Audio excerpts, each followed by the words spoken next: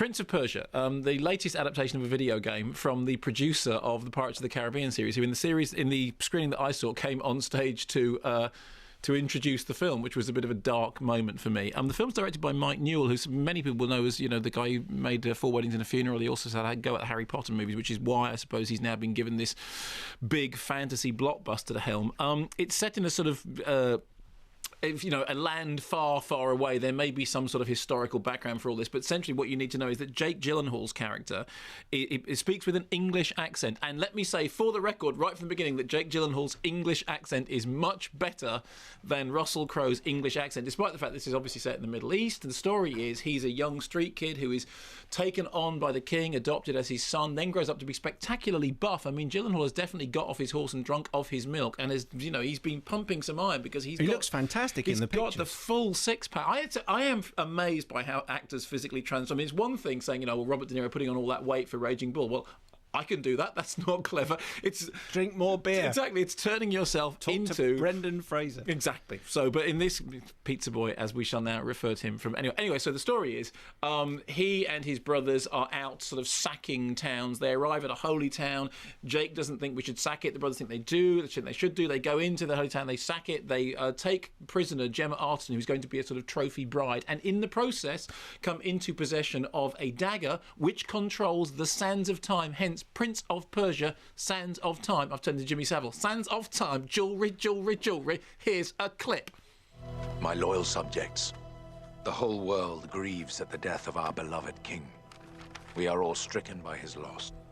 That the murder came at Prince Dastan's hand only makes our pain worse. I didn't murder my father. That robe was given to me by my brother. Toss did this. And now he stands to be crowned king. I didn't kill my father. I believe you. You shouldn't be here. I shouldn't have let you come. But you did. I promised my brother I'd kill you if he couldn't have you. Well, the solution would be to kiss me and then kill me. But I have a better solution. I kill you! And your problems are solved! Now, Kevin Smith was complaining about critics bringing unnecessary critical baggage to bear on what was essentially a stupid movie. I'm not sure if it's stretching a point to note that the central theme here is that they sack the town because the town is meant to have been supplying futuristic weapons to their enemies, but when they get there, they can't find the weapons. Middle East, search for weapons are not there. I mean, is it me? Doesn't ring or any is bells this to me. I mean, nothing at all. No. No, nothing, not ringing any bells. Okay, fine. Okay, so on the one hand, I went into this with very sort of poor expectations. Video game, Pirates of the Caribbean, obviously ongoing franchise. But the funny thing is, have you seen the poster for it? Yes. See the poster. You know Ben Kingsley, right? Well, Ben Kingsley's on the poster. Clearly, Sir Ben Kingsley. Ben Kingsley is on the poster, clearly playing the Hood from Thunderbirds. Okay. Again. Yeah, but he is set up in the movie as one of the good guys. Do you think he'll remain one of the good guys, or do you think he'll turn into the Hood from Thunderbirds? I mention it only in passing, don't want to spoil any of the surprises. So, watch the movie with the usual sense of crushing, oh, blimey, here we go again, franchise movie based on a video game. How are we going to... I mean, Mike Newell, I think, is a very interesting director, and certainly it's kind of a quirky turn to get somebody like Jake Gyllenhaal in to do this kind of role, because that's not the sort of thing he's known for. Alfred Molina is roped in to do all the proper acting and given all the comedy lines. And whenever Alfred Molina is on screen, it's kind of funny and it's kind of charming. Gemma Arterton, my whole impression about Gemma Arterton has changed quite radically since the disappearance of Alice Creed. And it was interesting to me to note how if an actor has baggage, the baggage does definitely affect the performance. I watched Gemma Arterton in this movie, having seen her in the disappearance of Alice Creed, and felt more warmly towards the essentially frothy thing that she was doing because I know that she's done Alice Creed. And I'd be lying if I said I could turn that off. The fact of the matter is that people do bring baggage, and that's something that we will address when we get to the new Danny Dyer movie slightly later on. Looking forward to that. In the case of Prince of Persia, the good things about it, it's far less head-crushingly dull than the Pirates of the Caribbean movies. So it is, and this is official, it is better than Pirates of the Caribbean. Mark Kermode, BBC Radio 5. That's fine. Live, yes.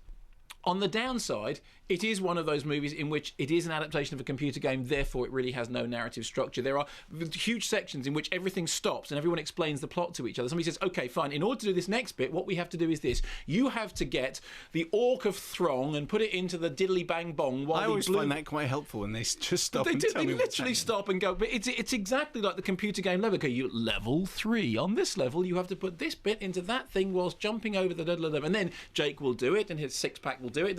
And in between, they have those sections, the downtown, which are like if you've played video games. You know, they now get these interim films when there'll be the action will stop, and for 4 minutes there will be an expositionary film. And it's exactly like that, only on a big screen with massive, great CGI. And of course, as the CGI gets bigger and bigger and bigger, it becomes, from where I'm standing, less and less interesting and more just about, you know, staggering computer graphics. But at no point was I as bored or as dismayed or as, frankly, you know, just generally fed up with everything as I was in the Pirates of the Caribbean movies. Partly because I kept knowing that Alfred Molina was going to come back on again and do something funny and entertaining. Partly because I did think the spectacle of Jake Gyllenhaal running around with his rippling six-pack was kind of interesting. Partly because Mike Newell is an actor's director. I mean, you know, we're not talking about Gore Verbinski here. We're talking about somebody who actually understands how to get performances out of actors.